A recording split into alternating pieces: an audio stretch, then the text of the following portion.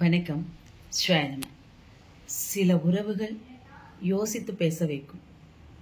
சில உறவுகள் பேசியதை யோசிக்க வைக்கும். சில உறவுகள் பேசவே யோசிக்க தோணும். என்ன இவங்ககிட்ட பேசுனா என்ன பேசுவாங்க, எப்படி பேசுவாங்க, மனசை சங்கடப்படுத்துவாங்களா, வருத்தப்பட வைப்பாங்களா, அவமானப்படுத்துவாங்களா, மட்டம் தட்டுவாங்களா, கேவலப்படுத்துவாங்களா, இந்த மாதிரி நமக்கு மன உளைச்சலை கொடுக்கக்கூடிய உறவுகள் இருக்கக்கூடிய இடத்துல நம்ம வாழ்ந்துட்டு இருக்கோம். இது எல்லாத்துக்குமே ஒரு அனுபவமா இருக்கும். அதாவது பட்ட கல்லுல தான் மறுபடியும் படும், பட்ட கால்லயே மறுபடியும் படும், பட்ட கல்லு தான் மறுபடியும் படும்னு சொல்லுவாங்க.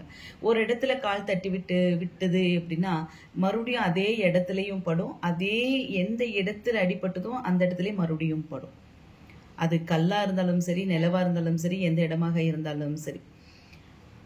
அது போலதான் சில உறவுகள் என்னதான் நாம் அவங்கள புரிய வைக்கணும்னு நினைச்சு புரிய வச்சாலும் இவங்க இப்படிதான் அப்படின்னு முடிவு பண்ணிட்டாங்கன்னா அவங்க அப்படிதான் அவங்க மனசுல வச்சுட்டு அவங்கள அவமானப்படுத்திக்கிட்டே இருப்பாங்க. இது அவங்க பழக்க தோஷம், அவங்களால மாற்ற முடியாது. அதனால நாம அவங்க கிட்ட இருந்து ஒதுங்கி இருக்கிறது நமக்கும் நல்லது, நம்முடைய மரியாதைக்கும் நல்லது. நமக்குன்னு சில மரியாதைகள் இருக்கும் இல்லையா, அந்த மரியாதையோட நாம விளைவிக்கிறது நமக்கு நல்லது. தன்கிட்ட இருக்கு அப்படிங்கிற ஆணவத்தோட பேசுறவங்க கிட்ட நம்ம பேசி பிரயோஜனமே இல்லை. இவங்க சூழ்நிலை தெரிஞ்சு இவங்க இப்படிதான் அப்படின்னு தெரிஞ்சு பேசுறவங்க நல்ல முறையில பேசுனா பரவாயில்லை. அப்படி வசதி குறைவா இருக்கிறவங்கள ஒரு மாதிரியும் வசதி இருக்கிறவங்கள ஒரு மாதிரி பேசுற உறவு நமக்கு தேவையில்லை. இருக்கும் இடத்தில் யாரும் இருந்து கொண்டால் எல்லாம் சௌக்கியமே, கருடா சௌக்கியமே. கண்ணதாசன் சார் அவர் அற்புதமா அந்த வரிகள் பாடியிருப்பார். சாதாரணமான எழுதப்பட்ட வார்த்தைகள் அல்ல, சாதாரணமாக பாடிய வார்த்தைகள் அல்ல.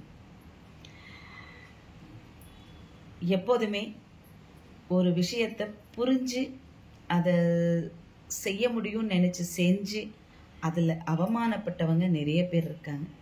காலம் காலமா இது நடந்துகிட்டு இருக்கக்கூடிய விஷயம். கூடவே இருந்து குளிப்பறிக்கக்கூடிய சில பேர் இருக்கதானே செய்யறாங்க இந்த பூமியில. போற்றுவார் போற்றட்டும், தோற்றுவார் தோற்றட்டும். அனைத்தும்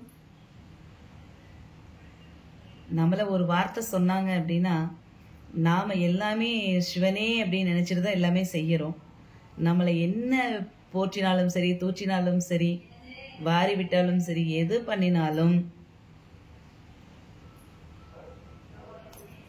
அதனால அவனருளாலே அவன் தாள் வணங்கி, சிவன் அவன் என் சிந்தையுள் நின்ற அதனால் அவனருளாலே அவன் தாள் வணங்கி. அவரை சிக்கன பிடிச்சிருக்கோம். நம்ம வாழக்கூடிய இந்த காலகட்டத்திலேயே நம்ம உடம்புல நல்ல ரத்தம் ஓடிட்டு இருக்கும் போதே, கைகால் சுகம் இருக்கும் போதே, நல்ல வயது இருக்கும் போதே அவரை சிக்கன பிடிச்சிருக்கோம் நம்ம.